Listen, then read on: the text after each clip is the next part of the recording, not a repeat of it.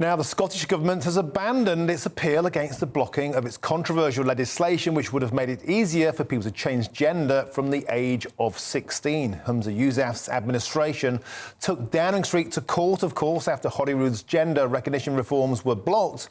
But Rishi Sunak's Scottish Secretary argued the proposed changes would have had a negative impact on UK-wide equality laws.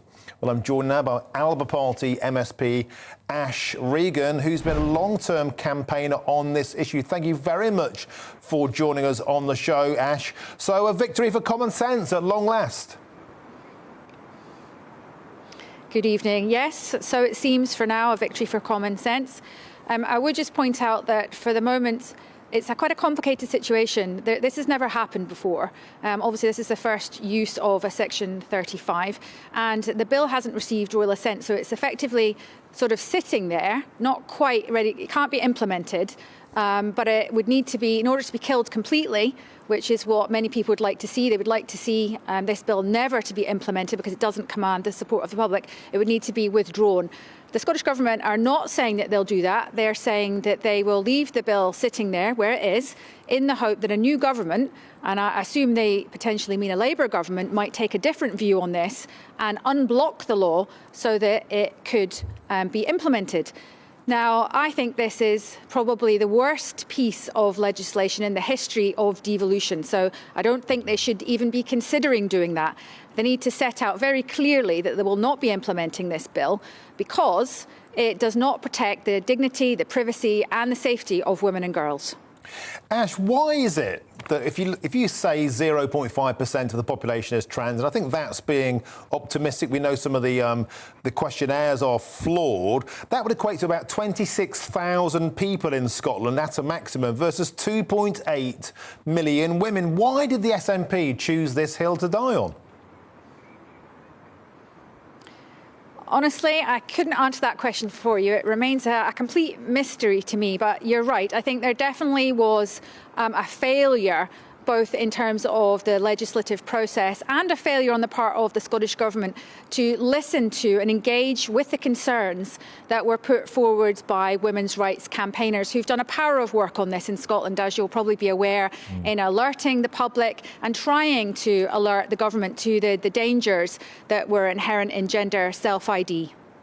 And Ash, you talked about devolution here as part of the equation. Do you think this was really about trans rights all along, or was it about the the Holyrood Parliament, the SNP trying to devolve and use legislation, in a sense, to weaponise it against Westminster?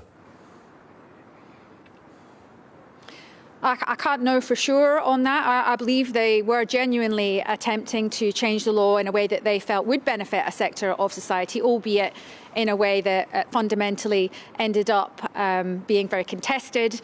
It was obviously quite a fractious process as it went through the Scottish Parliament. It was about a year ago today. We were sitting in the Parliament, sitting late into the night, hearing amendments, and those amendments were primarily on safeguarding issues to try to introduce some safeguarding into the bill, were voted down again and again and again. The government are now trying to turn this into an issue of devolution. They're saying, you know, the UK government has overstepped. Obviously, this is the first time that in the 20 or so years we've had devolution, they have used this type of power.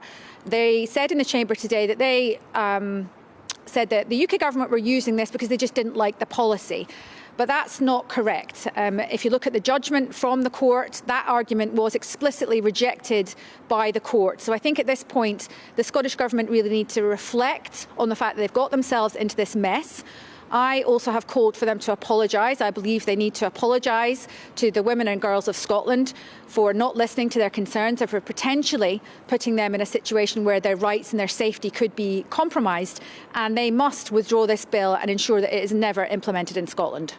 OK, Labour Party MSP Ash Regan, thank you very much for joining us on the show live from Holyrood. I know that you've been campaigning on this issue for a long time, but it remains to be seen if this bill is actually finished, because, of course, if the Labour Party get in, we have a leader in Keir Starmer who still thinks that women can have a penis and still can't tell us what a woman is. So I suspect, as Ash says there, this one might not have gone away. It still could come back to be an issue after the next general election. That's one to keep an eye on.